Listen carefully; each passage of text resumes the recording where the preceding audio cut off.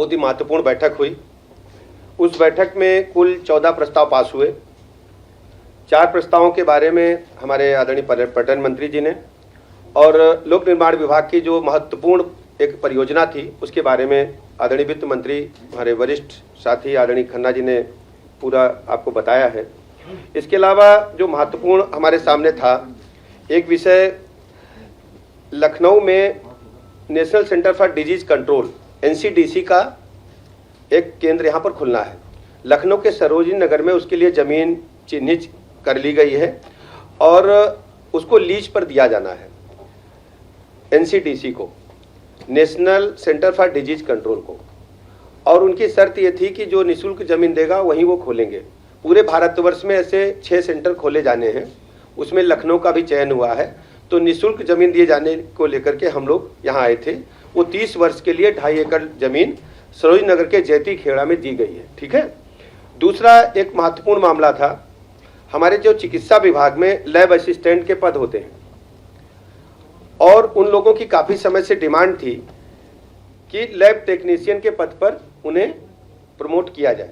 इस विषय में माननीय न्यायालय में भी कई बार मुकदमेबाजी हुई, तो सरकार ने निर्णय लिया है कि 25% लैब असिस्टेंट को और शेष को वो सीधी भर्ती के माध्यम से भरेंगे लैब टेक्नीशियंस को। तो अब प्रमोशन में लैब असिस्टेंट को जो कुल पद होंगे उसमें 25% जो है वो प्रमोशन से भरे जाएंगे लैब टेक्नीशियन के पद पर और शेष को हम सीधी भर्ती से लेंगे। इसकी वजह से नियमावली में संशोधन करने के लिए कैबिनेट ने स्वीकृति प्रदान की है। हाँ, लैब टेक्नीशियन के 25% पद जो हैं वो प्रमोशन से भरे जाने के लिए नियमावली में संशोधन आज कैबिनेट ने किया है।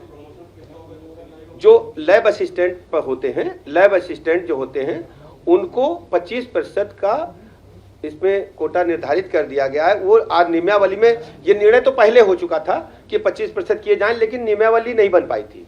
नियमावली न बनने के कारण काफ़ी समय से मुकदमेबाजी हो रही। आज कैबिनेट ने निर्णय लेकर के इसको 25% और 75% बंटवारा करते हुए इसको नियमावली में संशोधन अनुमति दे दी है। इसके अलावा चिकित्सा शिक्षा अनुभाग में हमारे पास जो KGMU है वहाँ पर अधीक्षक आवास, पुराना नर्सिंग हॉस्टल एवं सर्वेंट क्वार्टर्स बने थे।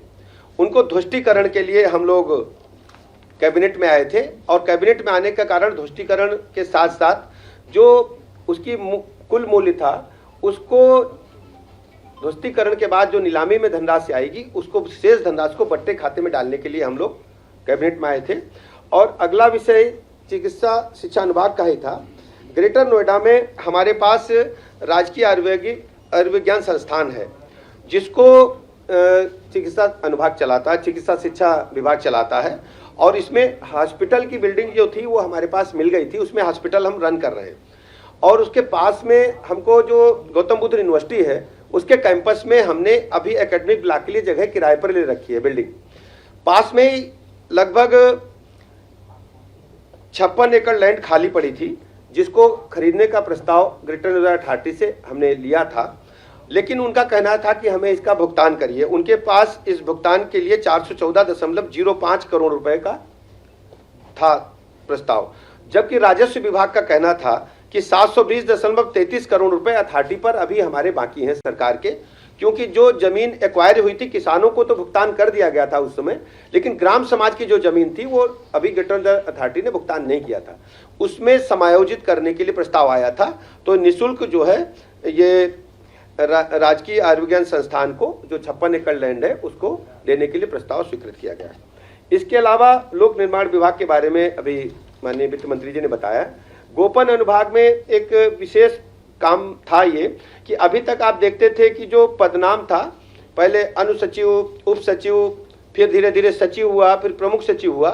अब वहाँ पर अपर मुख्य सचिव का पद भी है और उस पद काफ़ी समय से लोग काम कर रहे हैं। तो उसके लिए अपर मुख्य सचिव जो है वो गोपन अनुभाग ने आज प्रस्ताव दिया, उस पर हम लोगों ने इसको स्वीकृति प्रदान की है।